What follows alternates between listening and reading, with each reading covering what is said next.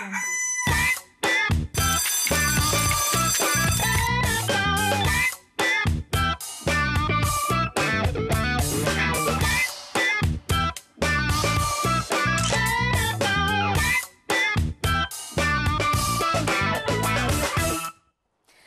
un matin de rêve sur Abidjan et sur la Côte d'Ivoire. Encore un matin de bonheur sur RTI 1. Bonjour à tous, merci de nous rejoindre pour votre matinale multivitaminée, comme j'aime à le dire.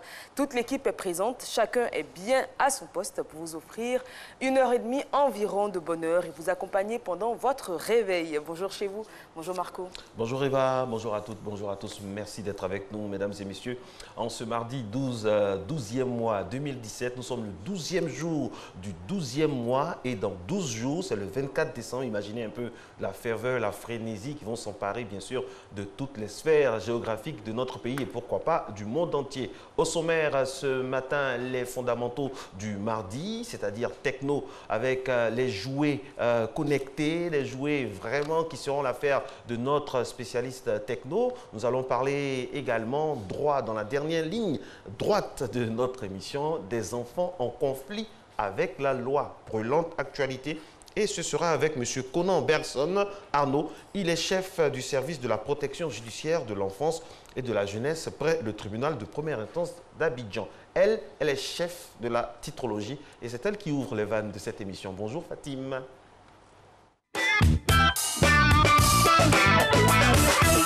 Bonjour Eva, bonjour Marcelin, bonjour à tous. Prenons le pouls de la situation politique, économique et sociale du pays grâce au titre de la presse écrite. À la une de Fraternité Matin, la mise en œuvre des réformes de l'UMOA. Selon le président de la commission, la Côte d'Ivoire a enregistré de grandes avancées. Le quotidien évoque aussi la participation du vice-président Daniel Kablan-Duncan au Forum économique au Brésil où il s'est rendu hier. Fraternité Matin, non, l'Inter, titre Ouattara et Soro se sont encore parlé. Alors je vous donnerai les détails lors de la revue de presse de leur conversation. Et on apprend qu'en partance pour Haïti, eh bien, le député Alain Lobognon a été interpellé à l'aéroport Félix Houphouët-Boigny. Je rassure ses proches, il a été libéré depuis. Le Jour parle économie. 20 000 emplois pourraient être créés grâce à l'installation du 4e plus grand fabricant de bus à Abidjan. L'autre information concerne la limitation de l'âge des véhicules d'occasion qui semble diviser les transporteurs. L'essor ivoirien parle de la presse et titre « Bruit de malgouvernance à Fraternité Matin ». 9 milliards de francs CFA détournés. Accusé, levez-vous. Le journal s'interroge sur le sort qui sera réservé à son directeur général, Venance Conan, et son adjoint. Notre Voix s'intéresse à la réconciliation au sein du FPI et titre « Les lignes bougent peu à peu ». Et toujours sur ce sujet, Arsène Dogba affirme que Gbagbo est d'accord pour l'unité du parti et nous y reviendrons très largement lors de la revue de presse. Et pour finir, l'hebdomadaire L'éléphant déchaîné, titre Côte d'Ivoire, mission auprès des Nations Unies, 1,2 milliard bouffés et les travailleurs renvoyés. Alors le détail de tous ces articles, c'est à 6h45, donc à tout à l'heure. Eh bien, dis donc, beaucoup d'argent à la une de nos journaux aujourd'hui. On espère avoir le détail des articles. En tout cas, on est impatients pour la revue de presse qui sera présentée dans quelques instants. Aujourd'hui, Marco.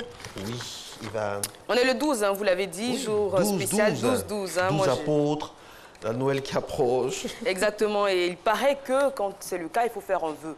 Donc, quand le jour de l'année et du mois, enfin du mois et de l'année effectivement concorde, donc 7-7, 11-11, là aujourd'hui c'est le 12-12, il faut faire un vœu, tout simplement. Et moi je ferai le vœu de ce que tous les Ivoiriens passent des fêtes magnifiques, que tout se passe bien pour vous, tant sur le plan professionnel que personnel jusqu'à la fin de l'année, que l'année suivante, donc l'année 2018, nous voit tous en vie. Oui, et je vais m'arrimer à votre vœu, parce que sur ce plateau, moi, mon vœu, c'est que nous fassions toujours un. Donc, ce que vous avez dit, je l'ai dit ici. Enfin, bientôt, on sera 3. Enfin, l'heure de la gym, c'est maintenant avec le coach Fabrice.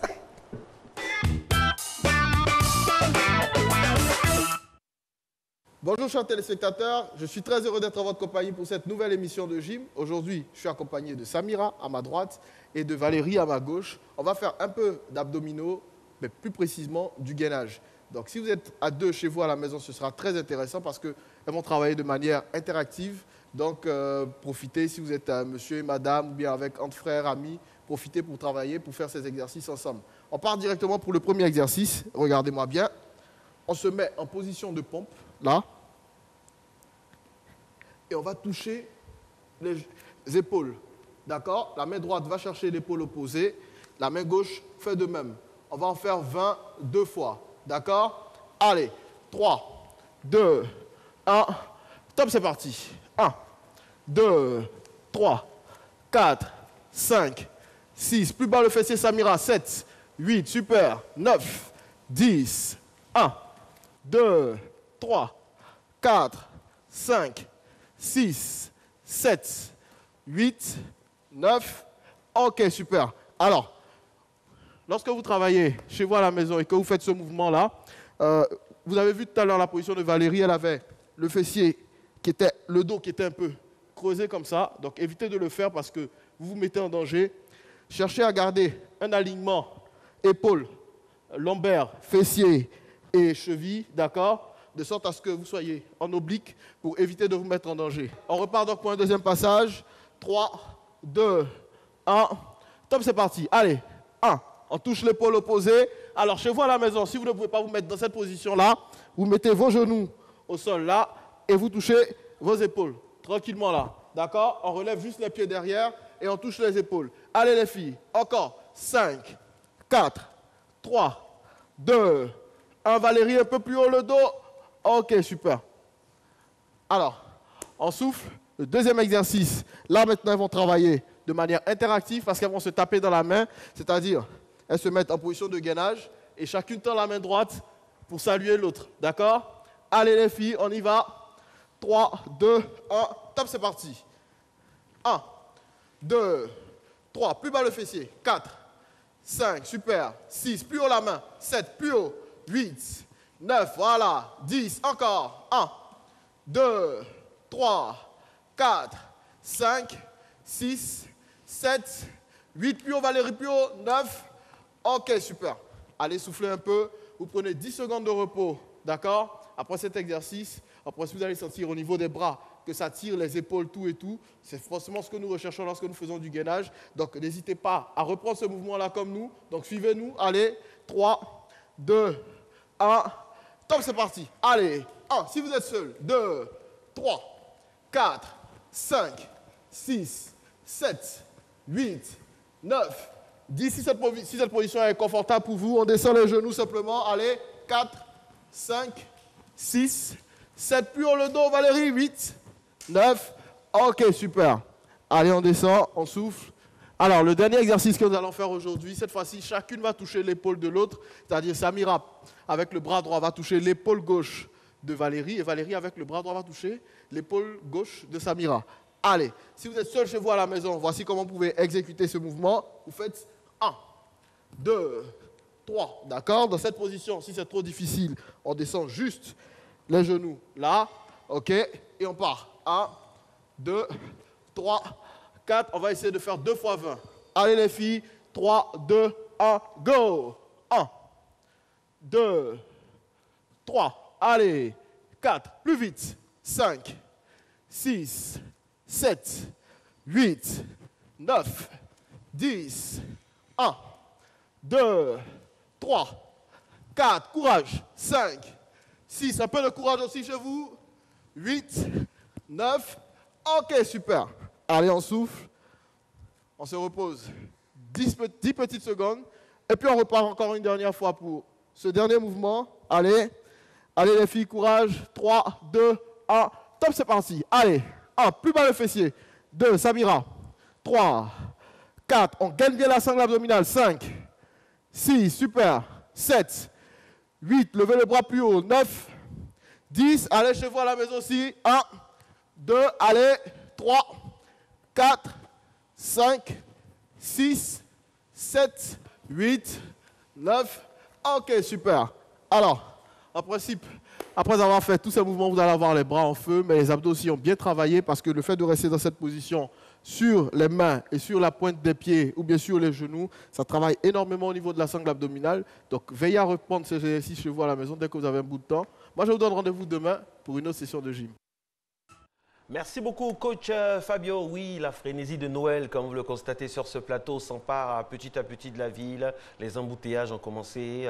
Et puis aussi, on voit que les Ivoiriens, contrairement à d'autres années, Eva, s'y prennent un peu plus tôt. Maintenant, on constate que dans des maisons, il y a déjà des sapins. On n'attend plus le dernier moment, le 20, le 21, le 22 ou le 23. Pour le sapin, les cadeaux sont réservés. Il y a une physionomie qui change quand même. Exactement, la ville... Vous avez votre sapin, vous? Non, pas encore. Aucune décoration vu que je dois déménager. Ah, d'accord. Je vais venir vous aider. Voilà, j'emménage avant de de décorer. D'accord. Allez, journée mondiale des volontaires. Donc, c'était le 5 décembre. C'est une journée qui est célébrée chaque 5 décembre à travers le monde entier. En Côte d'Ivoire, cette journée a été marquée par la sortie officielle de, tenez-vous bien, 250 jeunes volontaires formés à l'initiative du ministère de la Promotion, de la Jeunesse, de l'Emploi des Jeunes et du Service Civique. Des jeunes qui se sont engagés devant le ministre Sidi Tiemoko Touré à servir avec dévouement leur chère patrie. Face au ministre Sidi Touré, les jeunes volontaires de Côte d'Ivoire, devant le ministre de la Promotion de la Jeunesse, de l'Emploi des Jeunes et du Service Civique, ils font le vœu d'être fidèles à leur engagement, celui de servir la nation ivoirienne en tout temps et en tout lieu. Comme volontaire, je veux montrer aussi que j'ai des capacités à pouvoir aider mon semblable sans rien attendre en retour. Et avec ça, on peut dire que si tout le monde s'y met, on peut faire de grandes choses avec. Cette cérémonie de prestation de serment de 250 volontaires est tout un symbole pour le gouvernement ivoirien. Lui qui, depuis 2012, a tracé les sillons de l'insertion d'un plus grand nombre de jeunes dans le tissu socio-professionnel par le biais des politiques comme le Programme national de volontariat. L'autre volet pertinent du volontariat, c'est aussi d'améliorer leur employabilité, l'employabilité de ces jeunes, parce qu'ils acquièrent ainsi des compétences, de l'expérience par ces différents concours. Donc c'est un autre levier pertinent d'accompagnement des jeunes vers l'insertion que nous développons ainsi. La politique gouvernementale cadre bien avec la vision de l'Organisation des Nations Unies, initiatrice de l'intégration du volontariat dans la programmation du développement. Le fait que le Corps des volontaires nationaux a été donc créé, c'est dire encore une fois qu'il y a un potentiel, il y a un engagement, n'est-ce pas, du gouvernement. Et les jeunes qui viennent de prêter serment l'ont démontré, leur détermination, leur engagement à accompagner donc les différentes structures dans lesquelles ils seront donc, disons, installés pour contribuer donc au développement de ce pays. La cérémonie de prestation était aussi celle de la célébration de la Journée mondiale des volontaires qui se tient chaque 5 décembre. Le thème de cette édition est « Les volontaires, premiers à agir ici et partout ». Voilà, on espère que vous serez également volontaire auprès de vos voisins, de votre famille, de votre entourage. Il faut se mettre au service des autres parce qu'on a toujours besoin en retour qu'on nous rende service. Marco le disait il y a quelques instants, à peine les fêtes de fin d'année se font sentir dans notre très belle capitale. Et nous avons décidé de faire un tour du côté d'Adjamé. Vous le savez, c'est un rond-point du commerce ici à Abidjan et même sous-régional parce que beaucoup de commerçants viennent s'approvisionner en marchandises. Et cette période est un moment où les enfants, bien évidemment, reçoivent des cadeaux et les plus grands qui ont été sages également. À un peu plus de 2 semaines donc, de la fête de Noël, notre reporter spécial Herman Niamien s'est rendu à Adjamé pour constater l'ambiance qui y règne et se faire une idée des cadeaux proposés par les commerçants. Adjamé, boulevard Nangui Abrogwa. Comme d'habitude, la rue grouille de monde. Mais une chose attire l'attention de tous les visiteurs. Le boulevard a changé de visage. Ici, tout se rapporte aux fêtes de fin d'année. La plupart des commerçants ont changé d'activité. Tous ou presque sont devenus des vendeurs de jouets. C'est le jouet pour le moment. Après, on vend les divers. Je ne vends pas de jouets pendant toute l'année. C'est pendant des périodes. Voilà. Quand la période arrive, on change d'article et puis on envoie les jouets. Et à partir du 27-28, on retourne dans les anciens. Voilà, sinon normalement on vend des articles scolaires divers, etc. Les jouets, parlons-en. Il y en a de toutes sortes. Des vélos aux poupées, en passant par les voiturettes et autres, tout le monde y trouve son compte et a des prix pour toutes les bourses. Pour le moment, soulignent les vendeurs, L'affluence est moins perceptible, mais ils ne sont pas pour autant inquiets. Bon, actuellement, on ne sent rien. Actuellement, c'est un peu lent. Mais à partir du 20, il n'y a plus de temps. Hein. À partir du 20, vous voyez tout ça, ils vont tout prendre. Hein. Jusqu'à ça va manquer. Mais donc, on n'est pas inquiet, quoi. On est tranquille. Contrairement même aux années passées, bon, l'engouement même n'est pas encore ça. Sinon, les années précédentes, là, à cette période, on ne pouvait même pas mettre pied ici. Les clients qui se signalent viennent se faire une idée des prix des jouets. D'autres aussi y viennent parce qu'ils veulent éviter les bousculades des derniers jours. Bon, je suis passée pour voir quel cadeau je peux offrir à ma nièce de 6 ans. J'ai juste demandé le prix de la machine à coudre, m'a dit 6 000 francs. Mais je passe encore pour visiter d'autres coins pour voir ce qui sera abordable. C'est un mois qui est dense et on se dit qu'à partir de la quinzaine ou bien vers le 20 du mois, là, il y a plus d'ambiance, donc on peut être relax et venir faire les achats plus tôt. Dans les magasins, tout comme dans les rues, ce sont les revendeurs qui sont plus actifs. Ils viennent s'approvisionner pour les revendre à ceux qui n'aiment pas sortir de leur quartier. C'est la fête des enfants.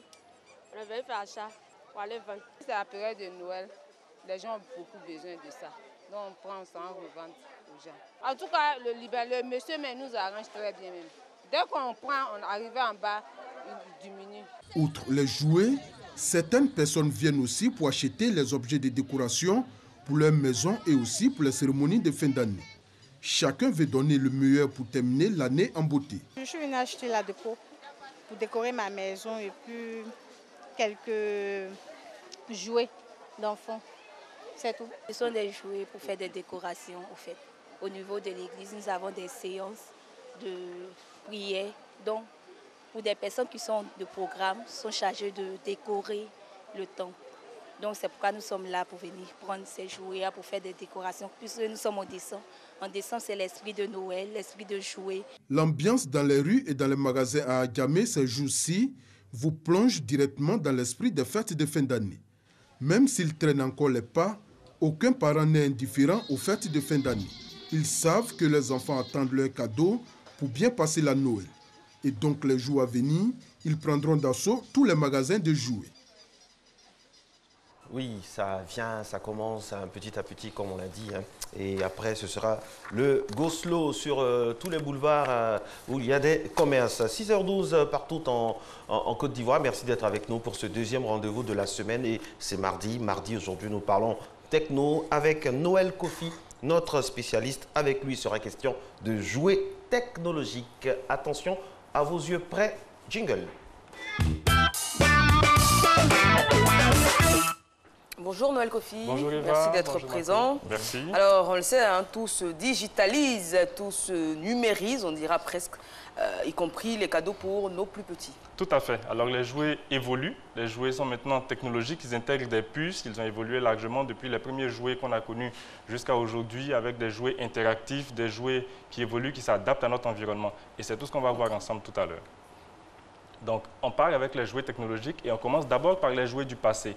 Alors, au départ, on avait simplement des jouets très artisanaux qui étaient fabriqués simplement à la main. Ça permettait aux enfants de se divertir. C'était des jouets très simples. Donc, voitures en bois avec des roulements, des voitures assez simples conçues.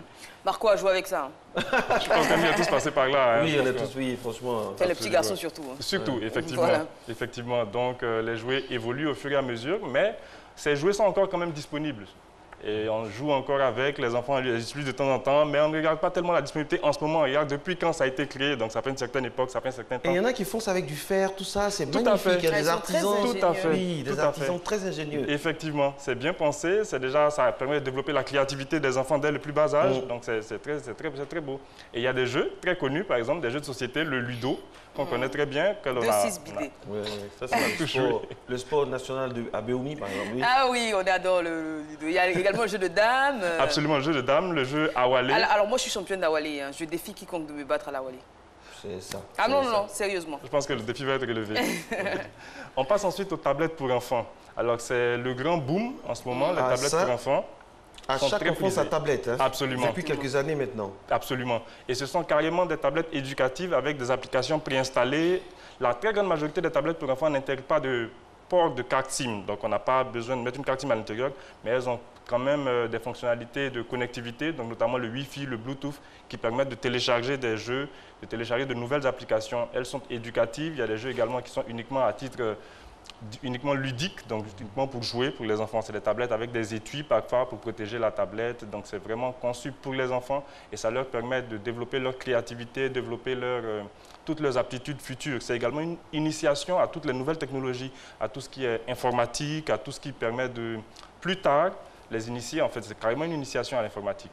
Donc des applications préinstallées. Et il y a également un mode parental. Donc les tablettes ont un code. Exactement. Exactement. Ça permet aux enfants et surtout aux parents de protéger le contenu qui sera visible par leur enfant. Très important. Très important parce que avec le Wi-Fi, comme vous le dites, l'enfant a accès à Internet et il peut avoir accès à des choses qui ne sont pas très adaptées pour son âge. Tout à Donc fait. les parents doivent être très regardants sur le contrôle parental sur les tablettes des enfants, encore une fois. Absolument, c'est très important. On a aussi les jeux vidéo. Absolument. Alors les jeux vidéo sont de belles innovations, de belles évolutions. Ils sont partis tout au départ depuis le jeu Pong, qui était une simple simulation très simple d'une balle qui tape d'un côté et de l'autre côté. Donc ça, c'était vraiment Pong. Mais les jeux ont évolué. Ils ont été conçus depuis les années 50, mais ont été vraiment prisés autour des années 70. Donc c'est à partir de là qu'on a commencé à connaître les premiers jeux vidéo, les premières consoles. Pac-Man, très connu. Super Mario. Super Mario on y Bros. est tous passés. Absolument. Donc c'est toute une évolution. Les jeux, au fur et à mesure, étaient uniquement en deux dimensions. C'est toute notre enfance qui est revisitée, là. Carrément, ça vous rappelle des choses, c'est des souvenirs. Ah oui. Et donc des jeux... En 92, Eva, t'es pas encore né, mais nous, franchement, on a connu. Donc les jeux ont évolué peu à peu avec des moteurs de plus en plus réalistes, avec des animations de plus en plus bien conçues, donc très réalistes, des jeux en 3 dimensions. Les moteurs de création ont évolué. On est passé à des jeux de plus en plus prenants, de plus en plus immersifs. De plus en plus violents.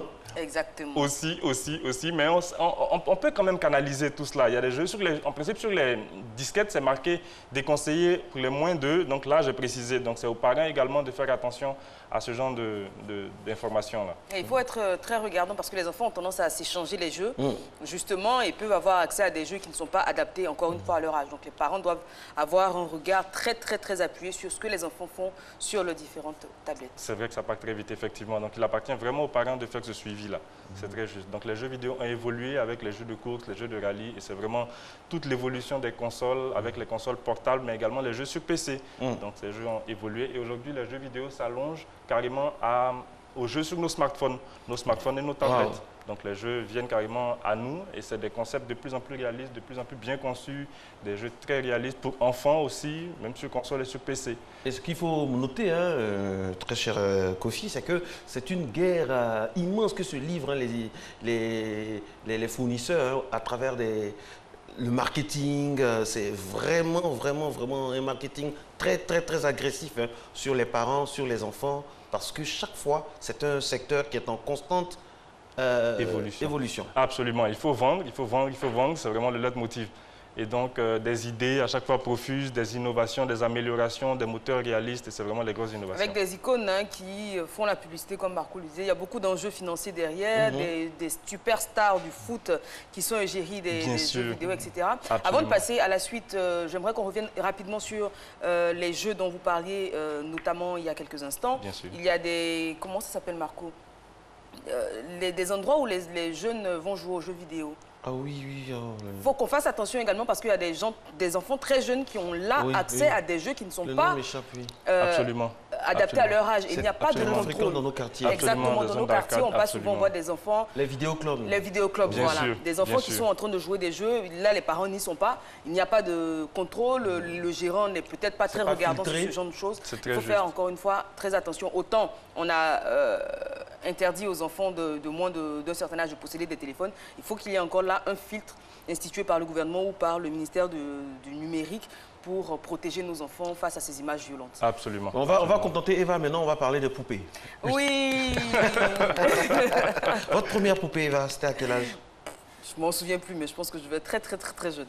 Ah bon? Oui. Peut-être à 1 an ou 2 ans, je ne sais pas. Ok. Allez, parlez-nous des poupées maintenant. Alors les poupées, au départ, c'était des poupées très simples, donc des poupées tout à fait simples d'utilisation, uniquement pour les filles, la plupart du temps, donc surtout pour les filles. C'est vrai que d'aucuns estiment Marco joue à la poupée. C'est une information très importante. Toucher du bois, oui.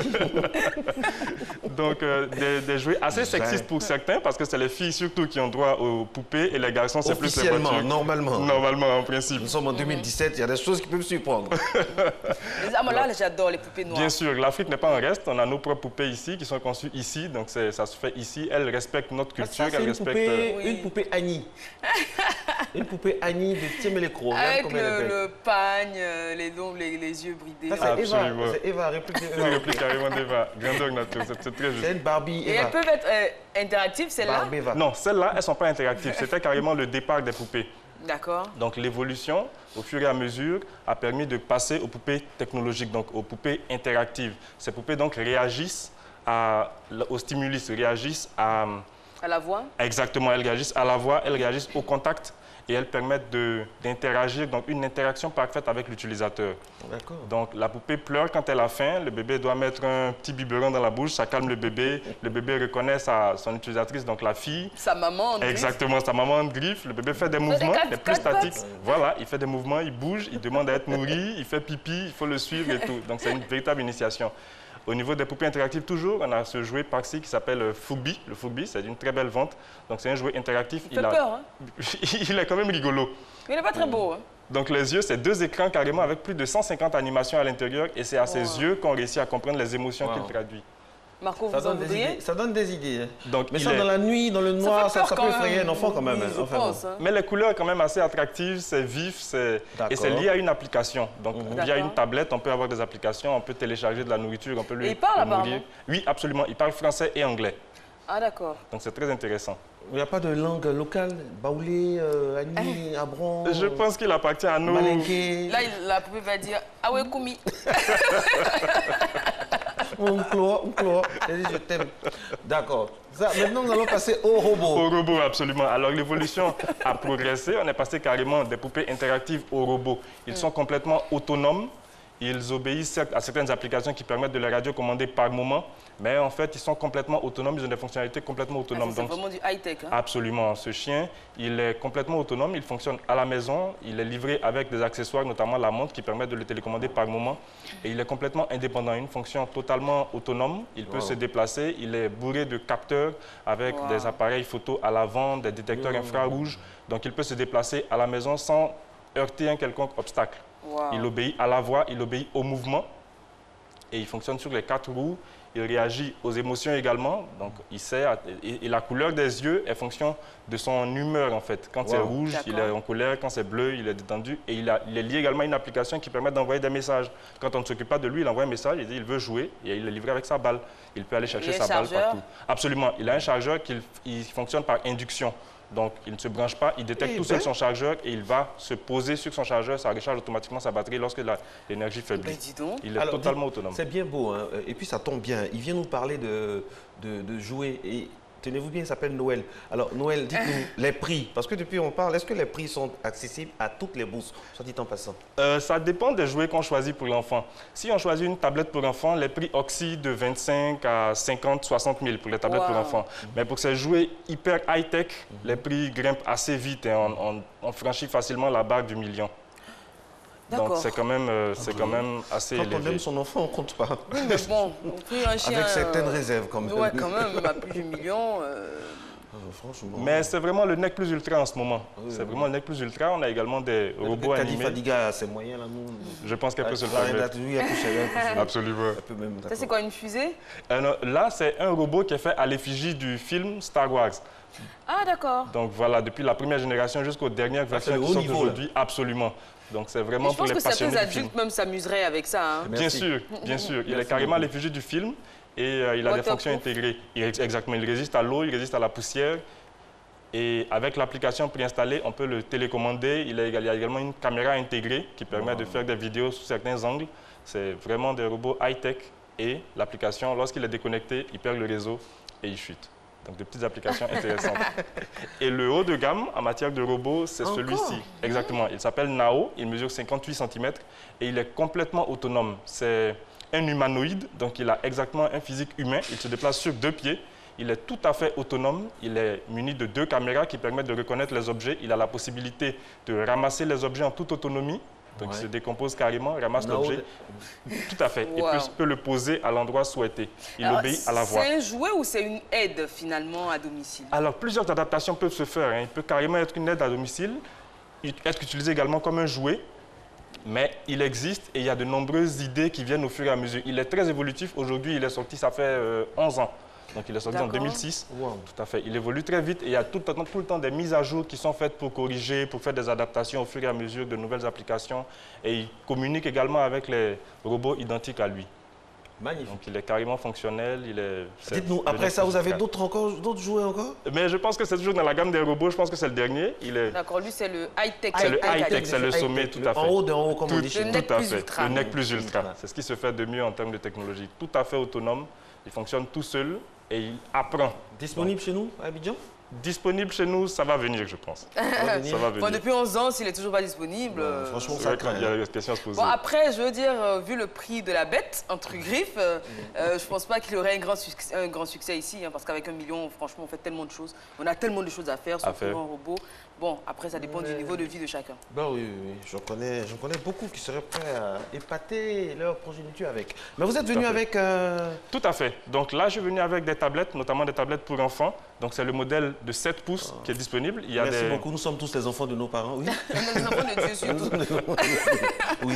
Donc ces tablettes ont un format 7 pouces. Elles ont le Wi-Fi, elles ont un port pour carte mémoire micro SD, donc on peut télécharger des applications et les installer à l'intérieur. Elles sont entièrement fonctionnelles. Déjà, la première génération de tablettes n'était pas très réactive, c'était pas très solide parce que les constructeurs cherchaient surtout à réduire les coûts.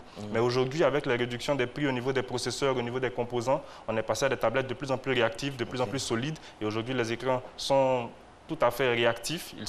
L'affichage est très net. Et donc, ces formats-là sont les plus prisés en ce moment, les tablettes pour enfants. D'accord, ça c'est pour petites filles ou petits garçons, c'est mixte? C'est mixte, je pense, c'est mixte. Les applications sont téléchargées, sont installées. D'accord. Ok. Très bien. Il y en a d'autres? Il y en a d'autres, absolument. Donc, le format, ça dépend. Les parents ont le choix au niveau des coloris, comme vous avez dit. Pour les filles, surtout, c'est le rose. Pour les garçons, le bleu, le blanc. Voilà, c'est plus prisé. Marcelin, le blanc, je pense que ça vous irait très bien. Avec 2 cœurs. Merci beaucoup, c'est gentil, merci. C'est mignon, celui-là. Merci, oui, c'est mignon. Ok, merci beaucoup. Ça alors l'âge, à partir de quel âge est-ce qu'on peut alors, les tablettes pour enfants, à son enfant? Tout à fait. Les constructeurs aujourd'hui fabriquent... le dernier mot parce qu'on va au journal juste après. Bien sûr, conçoivent des tablettes pour enfants dès 18 mois.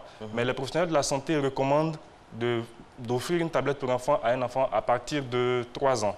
Très bien. À partir de cet âge-là, il peut faire la différence entre l'irréel, donc le fictif, le virtuel, et la réalité, le monde réel. Oh là là, c'est presque à compte-cœur qu'on va vous laisser. C'était très passionnant aujourd'hui, hein, Monsieur Noël. Merci pour les cadeaux. Merci pour les cadeaux, merci pour surtout toutes vos explications. J'espère qu'on vous a inspiré dans le choix de vos cadeaux de Noël pour vos différents enfants. Place à présent au JT qui sera précédé de la météo. Monsieur Hamza Diaby arrive. Le cadeau de Noël de l'info.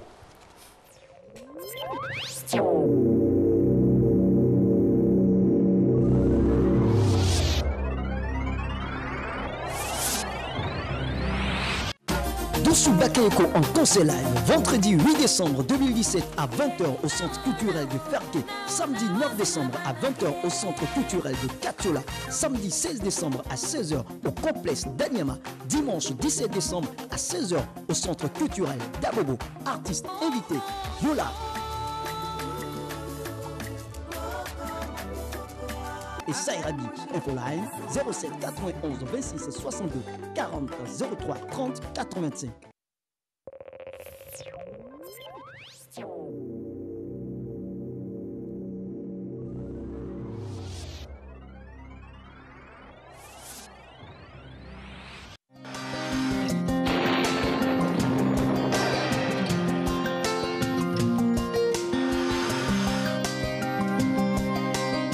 MTN, everywhere you go.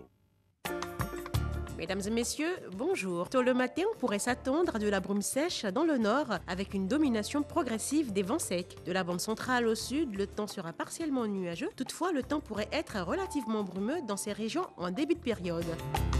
Température prévue pour la matinée, nous aurons 24 degrés à Abidjan, 24 degrés sur la ville d'Adiaké, Bandoukou, 22 degrés, Bouaké, 22 degrés, il fera 21 degrés à Deloa, Dimbokro, 22 degrés, Gagnoa, 22 degrés, 20 degrés sur la ville de Korogo, le mercure affichera 22 à Mans, Odiéné, 21 degrés, San Pedro, 24 degrés, 23 degrés sur la ville de Sassandra, 23 degrés également à Tabou et Yamoussoukro, 25 degrés. L'après-midi, les vents secs et chauds de l'Harmattan se renforceront au cours de l'après-midi dans les régions du nord. Les régions de la bande centrale seront sous un ciel partiellement nuageux avec par endroits de fines particules de poussière en suspension dans l'air. Au sud, on observera un temps simplement nuageux, mais en fin de période, on ne devra pas exclure des risques de pluie localisés, notamment sur les régions côtières et les régions forestières. Les températures prévues pour l'après-midi, nous aurons 31 degrés à Abidjan, 30 degrés à Adiaké, 34 degrés sur les villes de Bandoukou et Bouaké, Daloa, 32 degrés, 34 degrés à Dimbokro, 32 degrés à Gagnoa, Korogo, 34 degrés, Mans, 32 degrés, la ville d'Odiéné marquera 34 degrés, il fera 32 degrés à San Pedro, Kamba-Sassandra, 31 degrés à Tabou et Yamoussoukro, 33 degrés. Très belle matinée à toutes et à tous.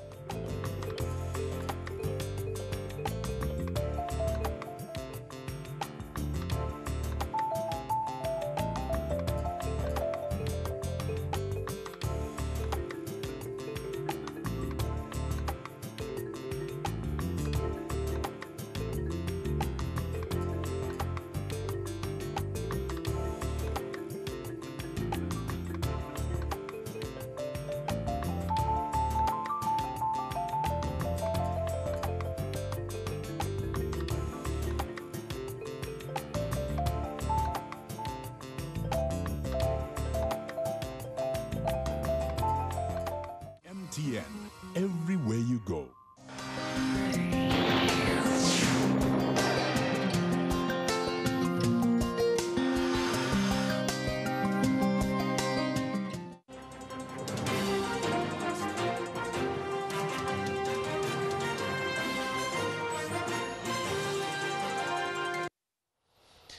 Bonjour mesdames et messieurs, bienvenue dans ce 6h30. Le président de la République Alassane Ouattara va prendre part ce mardi 12 décembre à Paris en France au One Planet Summit, un sommet pour faire le point de la mise en œuvre de l'accord de Paris sur le climat obtenu le 12 décembre dernier, le 12 décembre 2015 à Paris en France.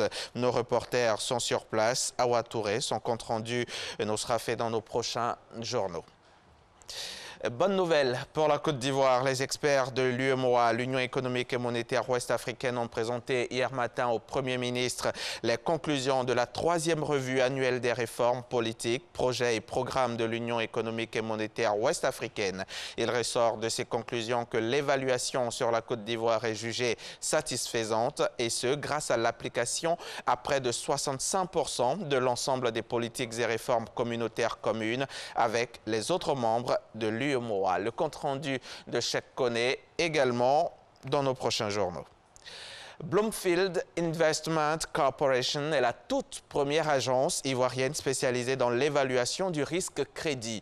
En 10 ans d'activité, son fondateur Stanislas Zézé et ses équipes ont passé au peigne fin les états financiers d'entreprises, d'États, de collectivités locales ou même d'institutions. Plus de 600 notes financières ont ainsi été attribuées. Partie du bord de la lagune Ébrié, ici à Abidjan, l'agence de notation est en pleine expansion, aussi bien en Afrique qu'en Europe. Un savoir-faire et une croissance qui font d'Abidjan une des villes pionnières de la notation financière en Afrique. Didier Nguessan, Christelle Menant, document signé Grandes Enquêtes, RTI 1. Noter financièrement une entreprise ou une institution, c'est évaluer à un instant précis sa solvabilité, c'est-à-dire sa capacité à payer ses dettes et à faire face à ses engagements pendant un certain temps. Les notes varient du AAA à D. Négative, la note financière permet à l'entreprise de connaître ses faiblesses. Positive, elle lui ouvre un champ de possibilités sur le marché des capitaux. Celles qui attribuent ces notes sont des agences de notation financière. 3 d'entre elles sont des références dans le monde, les Big Three, Moody's, Standard & Poor's et Fitch. En Côte d'Ivoire, Bloomfield Investment Corporation, la première agence ivoirienne de notation financière, a vu le jour en 2007. Son fondateur, Stanislas Zézé, et ses équipes épluchent les états financiers d'organisations en Côte d'Ivoire, mais aussi en Afrique. Puisqu'on est en train de parler d'eurobonds, donc d'investissements étrangers, des gens qui ne connaissent pas nécessairement la Côte d'Ivoire. Pour Stanislas Zézé, qui a fait ses armes dans la finance nord-américaine, il était temps de rompre avec le prisme occidental utilisé dans la notation par les agences internationales. Bloomfield Investments prône avec la même méthodologie un regard sans biais, tenant compte des réalités africaines. Pour moi, il était important d'avoir une approche africaine. Et le risque, il est évalué dans un contexte particulier. Et vous ne pouvez pas évaluer le risque dans un environnement particulier et le généraliser. Ce n'est juste pas possible. L'idée séduit sur les bords de la lagune ébriée. En 10 ans, l'agence ivoirienne passe au peigne fin les états financiers d'une trentaine d'acteurs économiques dans presque autant de secteurs d'activité. Une avancée en Afrique subsaharienne. Ici, évaluer le risque de crédit n'est pas une pratique courante, même au sein des grandes entreprises. Tout ce qui est nouveau rencontre le scepticisme des contemporains et ça a été la plus grosse difficulté. Convaincre les gens que c'est un outil important, nécessaire pour le développement du marché des capitaux. Il fallait faire ses preuves. Donc nous avons fait énormément de pédagogie. Les appréhensions levées, Bloomfield part à la conquête de l'Afrique de l'Ouest et du Centre. Au Cameroun, l'opérateur national de télécom connaît des difficultés économiques depuis quelques années. L'État a fait appel à l'agence de notation ivoirienne. En septembre 2014, les notes attribuées seront un triple B, avec une perspective positive sur le long terme, et un A3, assorti d'une perspective stable sur le court terme. La note de Bloomfield vient redorer le blason de l'opérateur sur les marchés financiers. En 3 mois, il parvient à mobiliser près de 400 milliards de francs CFA pour son projet de fibre optique intercontinentale. Nous avons pu lever des fonds et nous avons travaillé. Et le premier résultat, c'est que le taux de pénétration au Cameroun d'Internet est passé de 6% à 20% aujourd'hui. Un bond en avant pour cette société publique qui n'a réalisé aucun investissement depuis 7 ans et qui a enregistré plusieurs résiliations de contrats. Aujourd'hui, l'opérateur de télécom sort de la zone rouge. Son chiffre d'affaires est passé de 78 milliards de francs CFA avant la notation de 2014 à 104 milliards de francs CFA en fin 2016. Il faut maintenir cette performance et garantir la qualité de crédit. Les analystes de Bloomfield y veillent. Rendez-vous ce matin avec la directrice commerciale. Nous avons souhaité vous rencontrer ce matin dans le cadre de la mission de réévaluation de la CAMTEN. Nous allons discuter avec vous de l'organisation de votre direction, des différents faits marquants, ainsi que de la politique commerciale. Le bilan montre qu'il y a eu un accroissement notamment des recettes. Après cette mission de réévaluation à Yaoundé, retour à Abidjan. Ce matin, débrief avec le patron. Alors, mesdames. Les informations financières de 2016 sont très importantes pour nous, surtout sur la partie quantitative concernant... Comme Muriel et Olivia, ils sont de plus en plus nombreux à s'intéresser à la notation financière. Le métier est celui d'analyste financier ou analyste risque.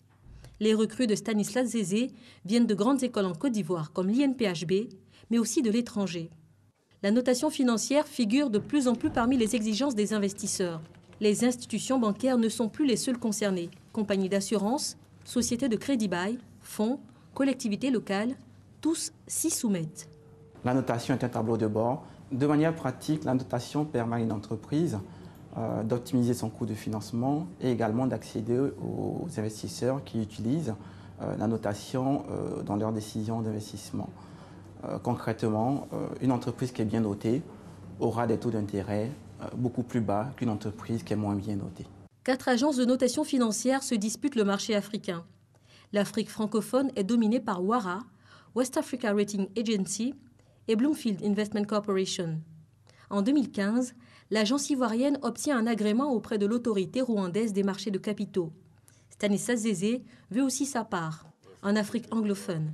En attendant, il vient de mettre en place un outil de mesure des performances à destination du patronat local. Une innovation qui va peut-être faire école en Afrique. Reportage signé Didier Nguesson et Christelle Menant. Parlons à présent éducation financière qui consiste à donner à chacun des compétences, des connaissances et la confiance pour une meilleure gestion de ses revenus. L'éducation financière, outil de lutte contre la pauvreté, c'est le thème de la 4e édition des Journées du banquier qui se tiennent depuis hier lundi à Abidjan. L'objectif, c'est de favoriser et promouvoir l'inclusion financière. C'est ce que nous dit notre reporter Lanciné Bakayoko. Emmanuel est élève dans un collège de Cocody.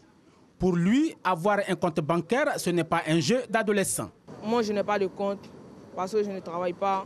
Et je pense que qui doivent avoir un compte, ce sont des grandes personnes qui ont des moyens pour y mettre de l'argent. Thomas, chargeur dans une petite gare de la même commune, est quasiment sur la même longueur que Emmanuel. Selon Thomas, ouvrir un compte pour un débrouillard comme lui est un pari risqué. Pour moi, il me va mal placé de le faire parce que la banque, ils vont couper les redevances. C'est quand ils versent, on coupe les redevances. Ceux qui ne travaillent pas, qui ne versent pas, ils vont faire comment? En plaçant l'éducation financière au cœur de la 4e édition des Journées du banquier, l'Association professionnelle des banques et établissements financiers de Côte d'Ivoire fait un plaidoyer sur la nécessité de lutter contre le manque de culture financière. Nous offrons des produits de plus en plus nombreux, sophistiqués, qu'il était important de porter à la connaissance de notre clientèle et de la population. Faire son budget, épargner, emprunter, préparer sa retraite, cela s'apprend. Et le ministère en charge de l'éducation nationale s'adapte. Un programme d'éducation financière existe depuis 2013 au ministère de l'Éducation nationale, à le fait d'apporter donc des connaissances, des compétences et surtout la confiance nécessaire à nos enfants, d'apprendre déjà à gérer au mieux leur premier budget qui se trouve être l'argent de poche. À travers cette campagne d'éducation financière, l'espoir de donner un meilleur avenir aux populations vulnérables est permis. Le gouvernement est désormais dans l'action. Pour le moment, il n'existe pas encore de stratégie d'éducation financière proprement dite en Côte d'Ivoire. Un document n'existe pas.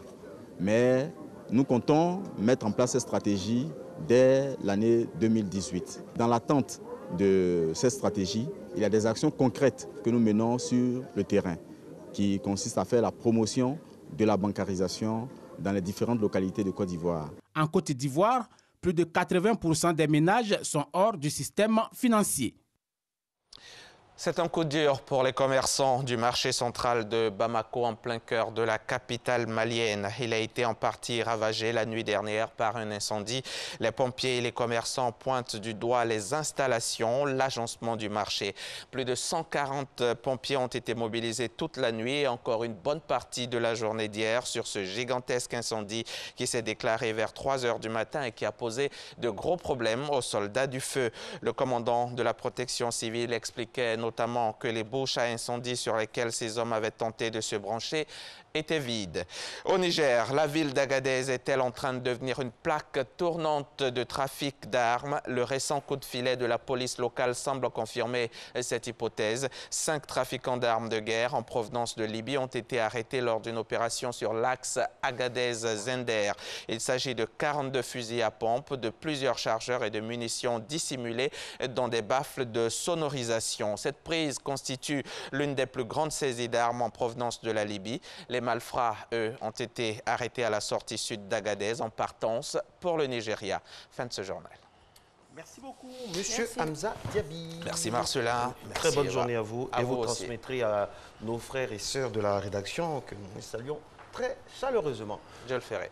Bon matin, bon réveil à toutes et à tous. Vous êtes à Matin Bonheur, on est très heureux d'être en votre compagnie. C'est le moment maintenant pour nous de nous prolonger la sphère informative avec Fatim Djedje qui va maintenant nous dresser la revue de presse. C'est parti.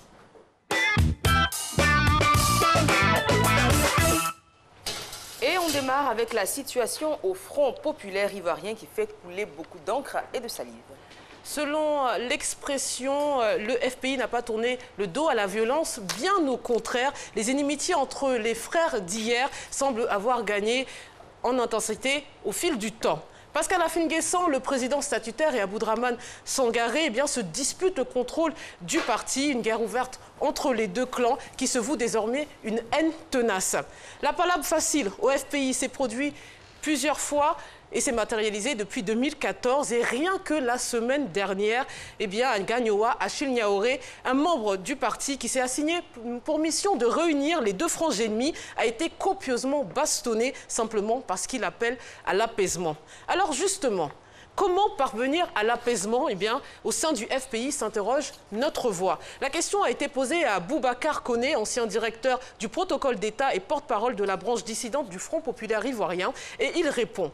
Il y aura une réconciliation et une unification au FPI dès l'instant où Pascal Afine-Guessant, par un acte d'humilité et de repentir solennel, reconnaîtra le président Laurent Gbagbo comme président fondateur et unique inspirateur du parti. Pour les observateurs avertis de la crise interne, cette phrase constitue un tournant important. Elle est l'aboutissement de longs mois de pression sur la dissidence du FPI pour qu'elle rentre dans les rangs. Alors selon l'article, depuis plusieurs mois, le président Laurent Gbagbo, par divers carnaux, tente d'infléchir la position de son ancien secrétaire général adjoint, Sangaré Aboudraman, et le convaincre de faire la paix avec le président du parti, Pascal Afine-Guessant.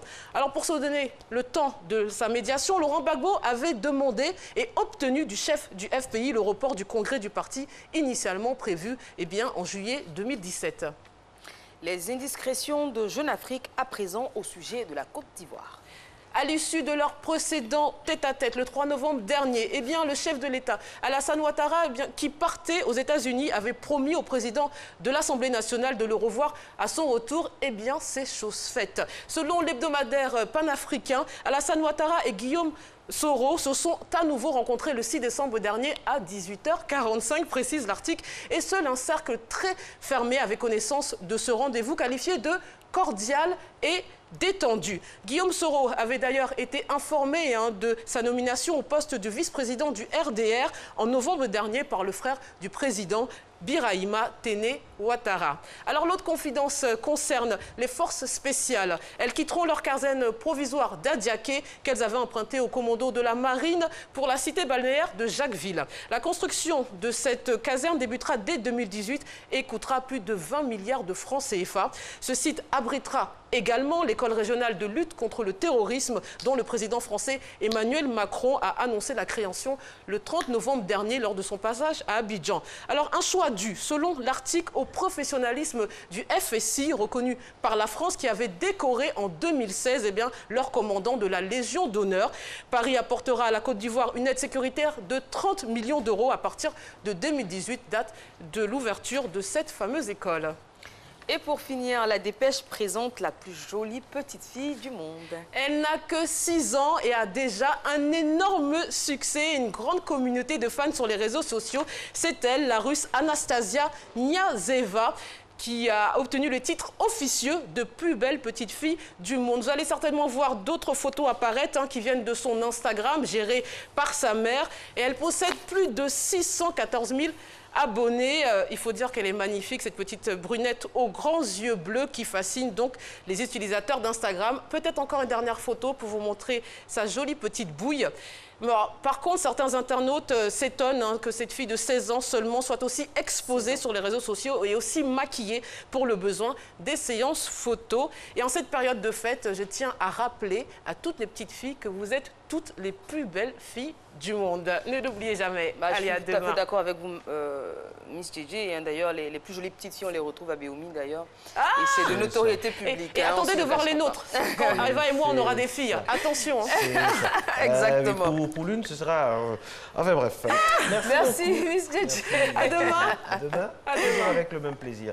Exactement. On passe à présent, oui, Marco, à entreprendre cette nouvelle chronique qui a fait son entrée donc, pour cette nouvelle saison de Matin Bonheur. Aujourd'hui, on va recevoir un monsieur qui a beaucoup de choses à dire et qui va sûrement intéresser les dames d'ici et d'ailleurs. Il est expert capillaire, c'est monsieur Daoud Abdou. Bonjour monsieur. Bonjour. Soyez le bienvenu. Comment ça va? Très bien. Alors merci. vous êtes expert capillaire, c'est une passion ou bien vous êtes tombé là-dedans comme ça? Est-ce qu'il y a une étude de marché? Je rappelle que vous êtes installé au Sénégal, vous êtes né là-bas même au Sénégal. Exactement. Donc, et votre domaine c'est bien sûr la repousse des cheveux. C'est votre passion depuis bien des années maintenant. Expliquez-nous, comme on dit chez nous, comment vous êtes tombé dedans. Eh bien, pour vous dire vrai, en fait, je n'étais pas du tout dans le domaine avant de me rendre compte qu'il y a des soucis réellement, en fait, en Afrique pour le capillaire, notamment chez les femmes. Il y en a beaucoup qui m'entendent aujourd'hui et qui savent que ce que je dis est vrai, malheureusement. Et donc, par la force des choses, par le business à l'origine, je suis tombé dedans et voilà. Donc, j'ai appris des femmes surtout, qui m'ont appris énormément de choses sur ce qu'elles vivent et comment on peut les aider en fait. Alors, est-ce que ces préoccupations capillaires, là, je dirais, sont propres à l'Afrique? Et puis, si oui, qu'est-ce qui explique que les femmes africaines aient des problèmes avec les cheveux? Eh bien, je dirais, pourquoi un peu plus en Afrique? C'est partout, en fait, les problèmes capillaires. Les chutes de cheveux, ça existe chez tout le monde. La génétique, c'est général. Mais par manque d'informations, par manque de produits à proximité, par manque d'entretien, il y a beaucoup de choses. Vous savez, le problème, je suis africain, donc je suis sénégalais, comme vous l'avez dit, donc je sais de quoi je parle. Je suis né au Sénégal, grandi au Sénégal. Donc il y a beaucoup de choses qu'on a en fait dans les zones un peu reculées, qu'on n'a pas plutôt dans les zones un peu reculées et qu'en Europe, ils ont tout de suite un peu partout. À portée de main. À portée de main, malheureusement. Donc c'est ce qui fait que par manque d'entretien, déjà à l'origine, les cheveux auront des problèmes par la suite. Donc il y a beaucoup de personnes qui ont des problèmes depuis leur plus jeune âge. Il n'y a pas de suivi. On leur met des choses qu'on ne doit pas leur mettre sur la tête, malheureusement. Notamment les produits défrisants, très bas âge. Tout à fait. Le produit défrisant, c'est le gros problème. Les coiffeuses. Les enfants de 6 ans même qu'on défrise, c'est souvent hallucinant. Exactement. Donc les coiffeuses vont m'en vouloir là, quand je vais dire que c'est pas bon. Mais bon, elles le savent elles aussi que c'est pas bon. Mais c'est les clientes qui leur demandent, malheureusement. Il y a des gens qui se défrisent tout le temps et ça brûle le cheveu, tout simplement. Un défrisage, c'est brûler le cheveu. Donc c'est pas du tout conseillé. Alors, donc, vous partez de ce constat-là, qu'il y a des informations que certaines femmes en Afrique doivent avoir par rapport à celles qui sont en Occident. Ça vous sert de base pour monter donc ce business-là, parce que vous êtes homme d'affaires. Tout à fait. Et quelles sont les difficultés ou bien quelles sont les appréhensions que vous aviez pour monter concrètement ce business? Parce qu'il y a la passion, il y a la volonté, il y a le secteur, il y a le créneau, et puis il y a les moyens maintenant de gravir les échelons, c'est cela? Voilà. Pour vous dire vrai, quand je suis rentré dans ce domaine, c'était plus par le business, bien sûr, en cherchant donc une opportunité d'affaires. C'est à l'issue de ça que la passion est arrivée, en fait. D'accord. C'est en voyant qu'il y a, je dirais, 90% des femmes qui ont ces soucis, qu'on ne le sait pas, malheureusement, parce que justement, il y a des perruques, il y a des mèches qu'on applique, etc., qui font que les choses se passent différemment. Donc, les gens ne le voient pas. Mais effectivement, c'est là. Le problème est là. Donc, 90% pratiquement des femmes ont ces problèmes-là. Et c'est très, très, très, très grave. Donc, c'est ça qui a fait que je suis rentré encore plus dedans. C'est devenu une passion parce que ça fait plaisir d'aider les femmes. Vous êtes documenté? Je me suis documenté. Je vais vous dire une chose. On peut se documenter autant qu'on veut. On peut écouter, lire les vidéos YouTube des youtubeuses autant qu'on veut. On peut voir plein de choses sur Internet. Mais le meilleur moyen de s'expérimenter dans le domaine, c'est d'écouter les femmes. D'accord. Voilà, d'écouter les femmes directement. Elles-mêmes qui expliquent déjà les raisons des chutes des cheveux. On l'a cité, des frisages trop précoces. On a également des coiffures ici en Afrique. On aime bien les braids, les nattes, les tresses qui exercent une traction. C'est une professionnelle qui parle là, tout ce qui exerce, voilà, une traction surtout sur la devanture. Voilà, sur la devanture, vous voyez souvent des femmes qui ont des lignes complètes comme ça. On appelle ça les chili-pelés ici. Voilà, chili-pelés, voilà, exactement. Mais c'est beaucoup, c'est très fréquent chez les femmes au sud du Sahara. Est-ce que les femmes maghrébines, par exemple, ont ce souci-là? Non, parce qu'elles ne vont pas faire des tresses. D'accord. Elles ne vont pas faire des tresses, elles ont les cheveux plutôt fins. Donc elles ne vont pas faire des tresses, c'est rare.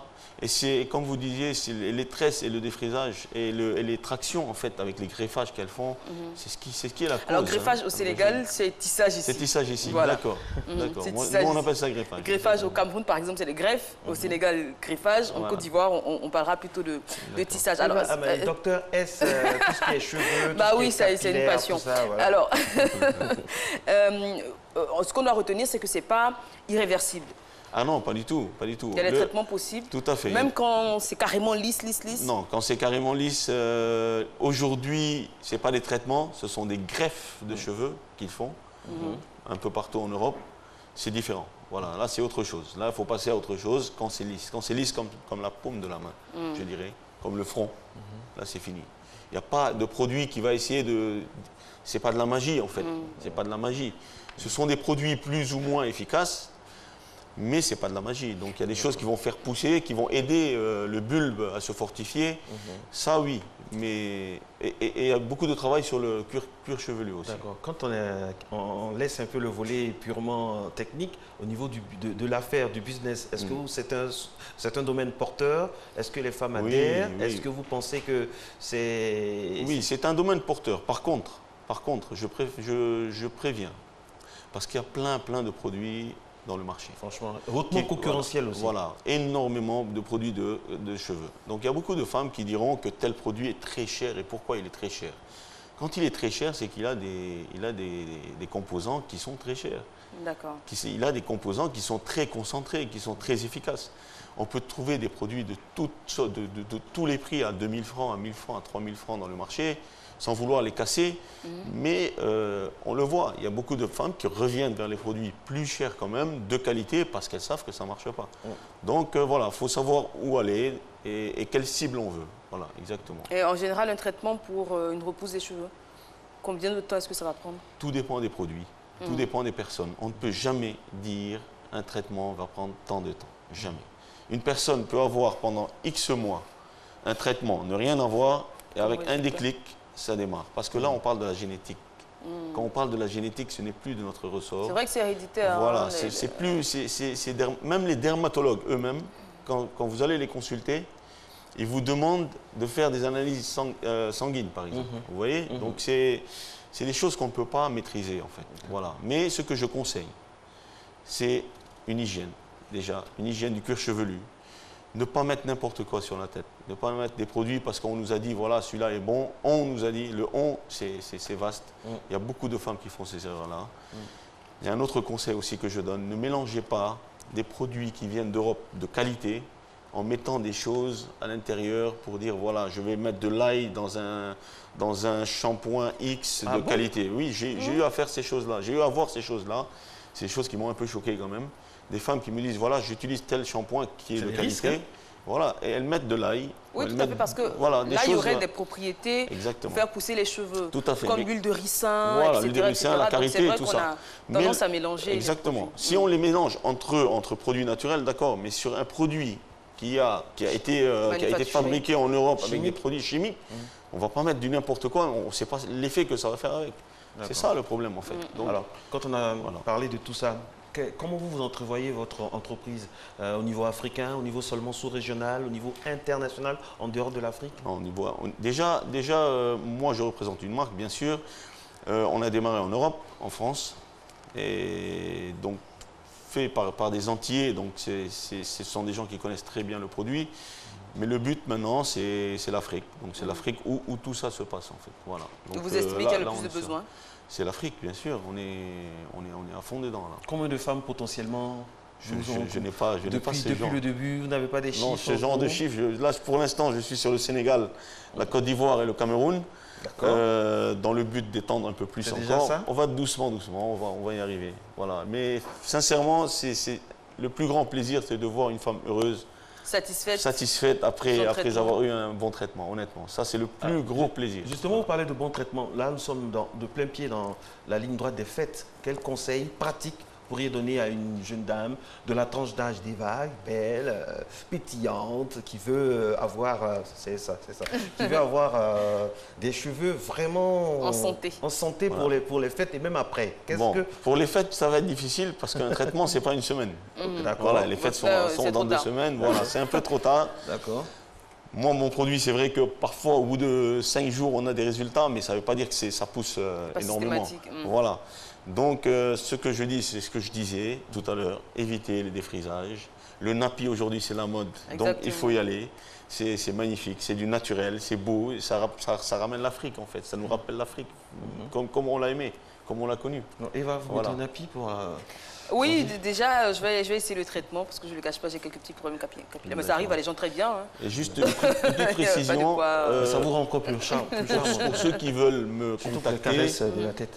Pour des conseils aussi, avec plaisir, mon compte Facebook en fait, si je peux le donner, c'est mon compte personnel Facebook. S'ils ont besoin de conseils que je peux donner, il n'y a aucun problème. Allez-y, c'est quoi? Donc c'est Daoud, donc D-A-O-U-D, en minuscule. Voilà, espace, non pas Abdou, espace, voilà, en minuscule, Daoud, espace, Xavi, X-A-V-I. Comme le joueur. Comme le joueur, tout à fait. Voilà, c'est ça. Donc, vous ça avez les références. C'est ça. Voilà, merci beaucoup, monsieur Daoud Abdou. On rappelle que vous êtes expert capillaire. Avec vous, on parlait donc de chute, de protection, de pousse des cheveux. Le genre d'invité qu'Eva adore. Oui. On pourrait parler à foison. Vous restez avec nous. Non, Eva, il ne peut pas rester, il doit partir. Non, oui, il va rester, on va finir la conversation. Ah bon? Dans la voiture Merci d'être avec nous, mesdames et messieurs. Matin Bonheur, il est 7h. Dans quelques secondes seulement, on aura la pub. Et juste après, on aura le grand plaisir de discuter avec M. Conan Bergson Arnaud. Il est chef du service de la protection judiciaire de l'enfance et de la jeunesse près le tribunal de première instance d'Abidjan. Nous parlerons avec lui de l'avenir qu'on a pour les enfants mineurs en conflit avec la loi. Vous êtes à Matin Bonheur? Oui, c'est un sujet d'une actualité, mais brûlante. Vous êtes à Matin Bonheur, vous faites bien. Restez avec nous, c'est la dernière ligne droite dans quelques instants.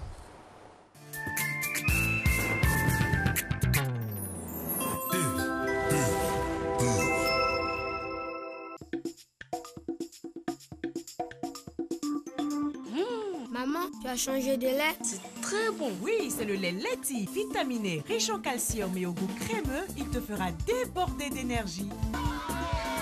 Maman, j'ai gagné. Tiens, de nouveau par ici. C'est Leti. Leti, lait en poudre instantané, vous garantit pleine forme et bonne santé. Excellent pour les sportifs. Leti, le maximum d'énergie.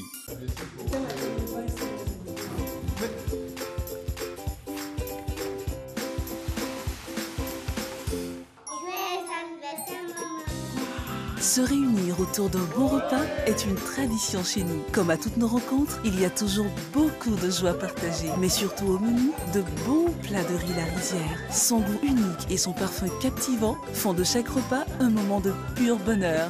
La Rizière, la source du bon riz.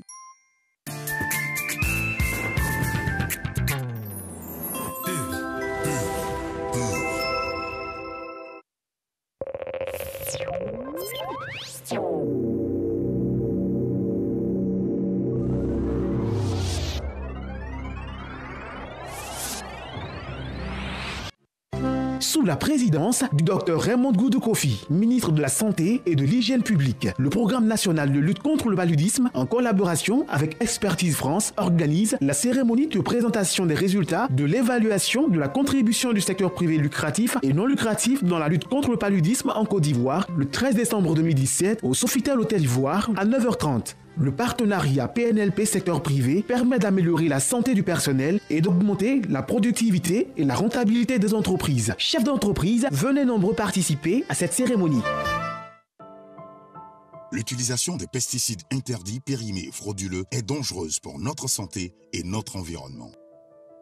La réutilisation des bidons et boîtes de pesticides est un danger pour la santé de tous.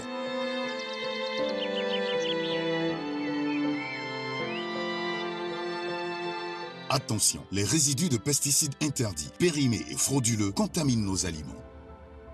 Agriculteurs, applicateurs, revendeurs des pesticides, de nombreuses maladies proviennent de l'utilisation des pesticides interdits, périmés et frauduleux. Ils sont dangereux pour nous tous. Ensemble, disons non à leur commercialisation et leur utilisation. Ceci est un message du projet de gestion des pesticides obsolètes de Côte d'Ivoire, Progepsi.